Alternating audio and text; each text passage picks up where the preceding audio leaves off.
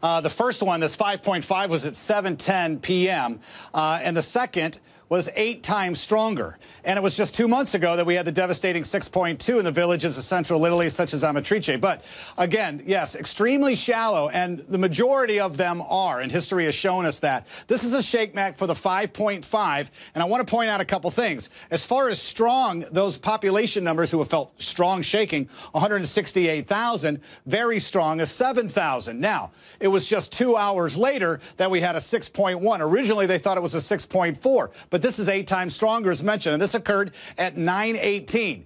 Again, extremely shallow, so there's going to be more shaking going on. And look what it has done to our numbers. In fact, instead of just 6,000 very strong, we've got 306.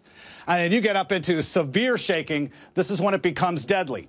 Now, I want to show you a map, a Google area of what we're talking about. This is only 20 kilometers from the one 2 months ago in Amatrice. So they felt it as well, and there are still many in 10 cities, and it is raining, so it's unfortunate. But when you get in a little bit closer here, and we're going to be able to see this, if we can get the graphics back on the side. Thank you. In between these two is the town of Visso.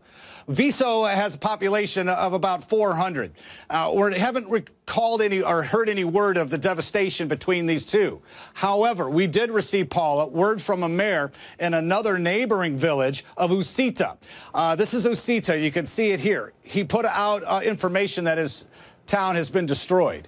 So we're waiting on damage assessments. We're waiting on words from the extreme damage, infrastructure problems, communication, and injuries and fatalities. But again, to give you an idea of just the terrain alone and the vicinity of how close this town was, and so many of them are in this region. Again, we want to back up a little bit and give you a little bit more of indication.